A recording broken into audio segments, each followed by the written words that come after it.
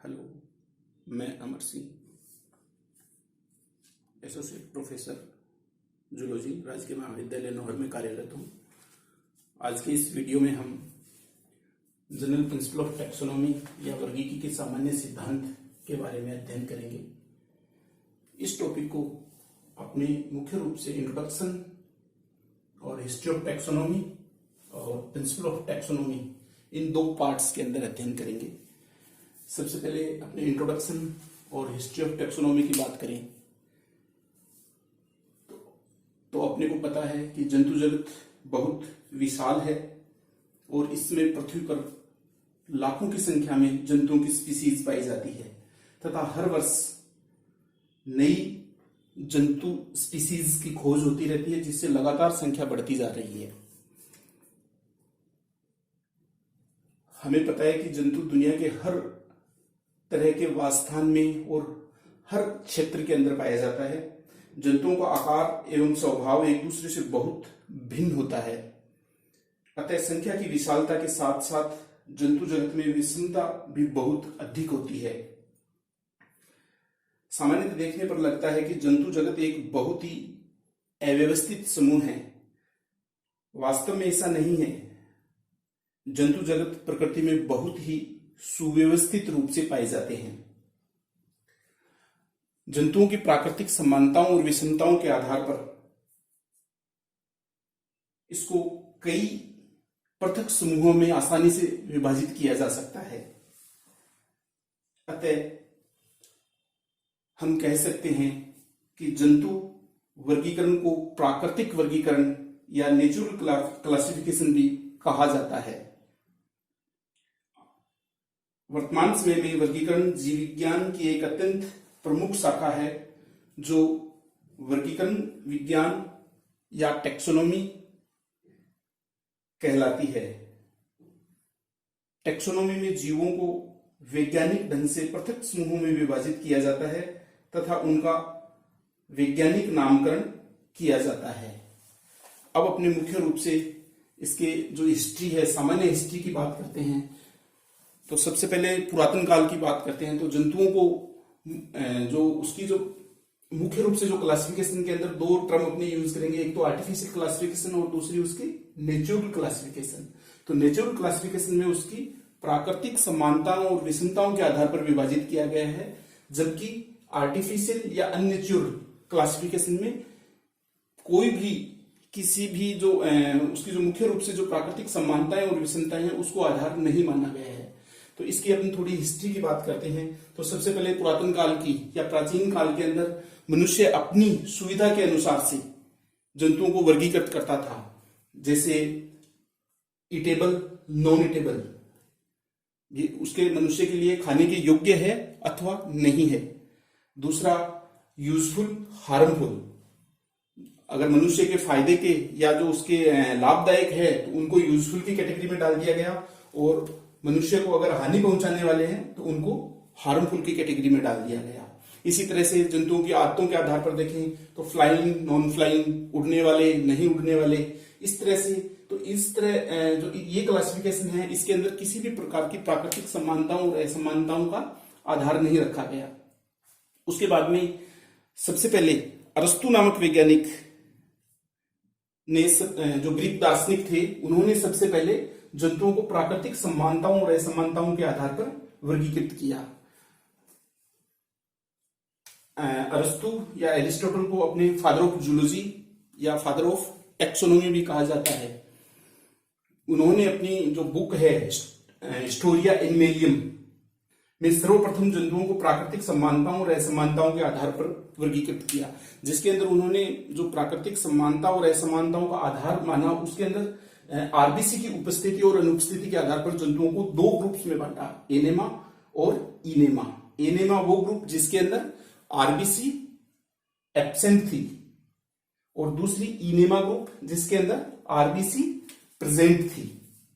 तो इस तरह से पूरे जो जंतु जगत है उसको दो भागों के अंदर डिवाइड किया गया है। एनेमा के अंदर जो पोलिफेरा से लेके काइनोडर्मेट्स तक सारे के सारे इन्वर्टिब्रेट्स जंतुओं को रखा गया, और जिन जंतुओं के अंदर आरबीसी उपस्थित थी उनको मुख्य रूप से जो कॉर्डेट्स ग्रुप है या वर्टिब्रेट ग्रुप है उसको रखा गया। फिर उसको आगे दो ग्रुप इनेमा को विविपेरस और ओविपेरस दो ग्रुप्स में डिवाइड किया गया है। विविपेरस जो अपने समान संतान उत्पन्न करते हैं या अपने समान बच्चे देते हैं, तो ये सारे के सारे जो मेमल्स हैं, मेमल्स ग्रुप्स को इसके अंदर रखा गया। और ओविपेरस जो एगलेइन जो अंडे देने वाले जंतु हैं, जो फिशेज, एम्फिबियंस, रेप्टाइल्स, एवीज, ये सारे के सारे इसके अंदर रखे गए। तो ये जो सबसे पहले जो क्लासिफिकेशन, नेचुरल क्लासिफिकेशन है, वो अरस्तु ने दिया गया। अब अपने बात करें आधुनिक या जो मॉडर्न क्लासिफिकेशन है या आधुनिक वर्गीकरण है। आधुनिक वर्गीकरण अपन सब जानते हैं कि कैरोलस लिनियस नामक वैज्ञानिक थे, जो स्वीडिश वैज्ञानिक थे, जिन्होंने सबसे पहले मॉडर्न टेक्सोनॉमी के बारे में बताया। और इनका जो जीवन काल है वो 1707 से लेके 1778 तक का था। 1758 के अंदर 1758 में उन्होंने अपनी एक जो की पुस्तक थी सिस्टमा नेचुरी, उसके 10वें संस्करण में मुख्य रूप से जो क्लासिफिकेशन है, वर्तमान क्लासिफिकेशन जो कि प्राकृतिक समानताओं और असमानताओं के आधार पर वर्गीकृत किया गया है, और इसके अलावा बाइनोमियल नोमेनक्लेचर, दो भी जंतु है, जंतुओं का जो द्विनाम पद्धति, उन दोनों का इसके अंदर वर्गीकरण किया गया है। दोनों की दोनों जो कैरोलस लिनियस की जो सिस्टमा नेचुरी बुक है उसके 10वें संस्करण में इन्होंने दिया।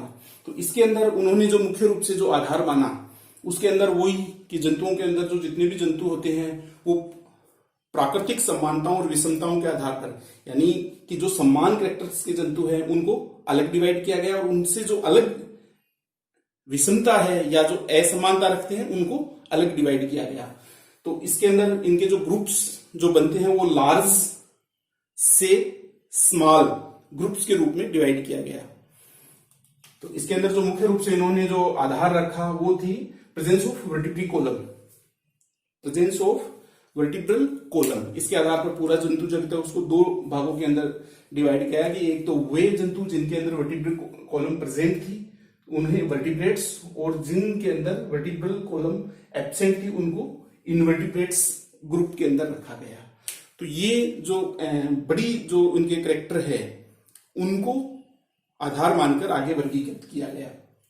इसके बाद में फिर जो वर्ग बने, बड़े जो उनके स्मॉल जो वर्ग बने, उनको फिर आगे संरचनात्मक दृष्टि से भी उनके अंदर क्या संरचनात्मक समानताएं हैं, उन समानताओं के आधार पर फिर आगे वर्गीकृत किया। तो एग्जाम्पल के रूप में अपने जैसे वो सारे के सारे ग्रुप्स या जंतु जिनके अंदर वर्टिब्रल कॉलम प्रेजेंट है तो वर्टिब्रेटा कहलाए, और फिर उसके अंदर वर्टिब्रेट्स के अंदर जैसे हेयर और जो मेमोरी ग्लैंड की प्रेजेंस है उसके आधार पर मेमल्स ग्रुप बने, और इसी तरह से aves, fishes, amphibians, reptiles, aves, ये ग्रुप आगे आगे डिवाइड होते गए।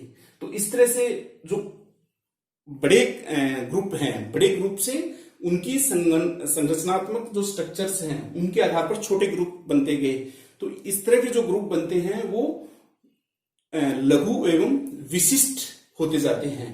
तो ये जो चीजें हैं या ये जो इस तरह की जो कैटेगरीज बनती है, इनको अपने हिरार्किकल ग्रुप्स या टेक्सोनोमिक रैंक या कैटेगरीज या टेक्सा की संज्ञा दी जाती है।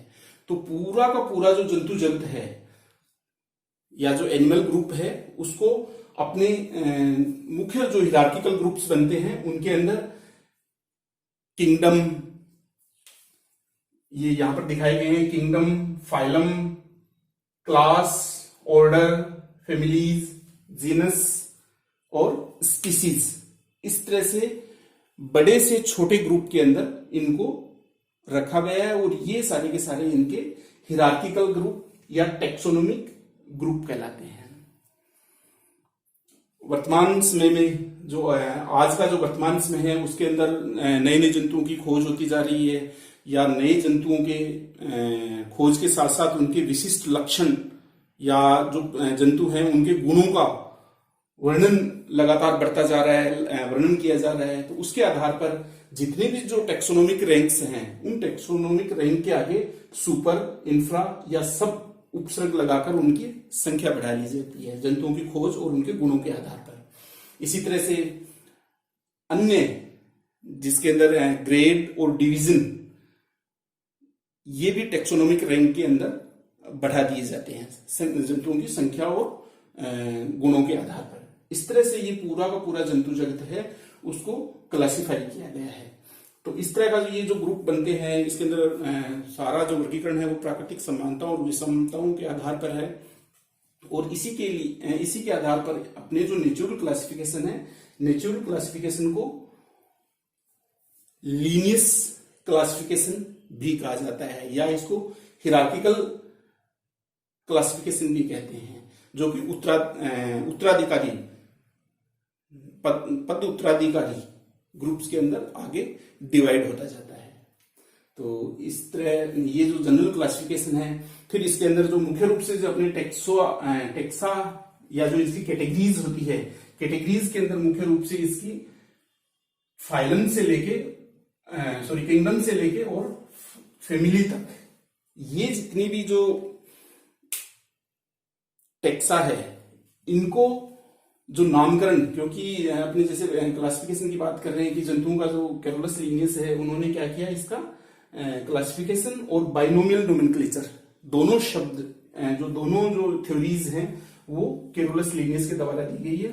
जिसमें जो द्विनाम पद्धति है, द्विनाम पद्धति उसकी जंतु की स्पीसीज को प्रदर्शित करती है, जो इसके अंदर जैसे अपने सबको पता है कि जीनस जो स्पीसीज है बाइनोमियल नोमेनक्लेचर के रूप में उसको अपने नामांकित करते हैं। तो जिसके अंदर पहला शब्द होता है जीनस होता है और दूसरा स्पीसीज होता है। और इससे पहले के जितने भी टेक्सा है ये टेक्सा सारे के सारे क्या होते हैं, सिंगल या एक पद नाम पद्धति के आधार पर नामकरण किया जाता है। तो ये अपना जो मुख्य टॉपिक है जनरल प्रिंसिपल ऑफ टेक्सोनॉमी या वर्गीकी के सामान्य सिद्धांत।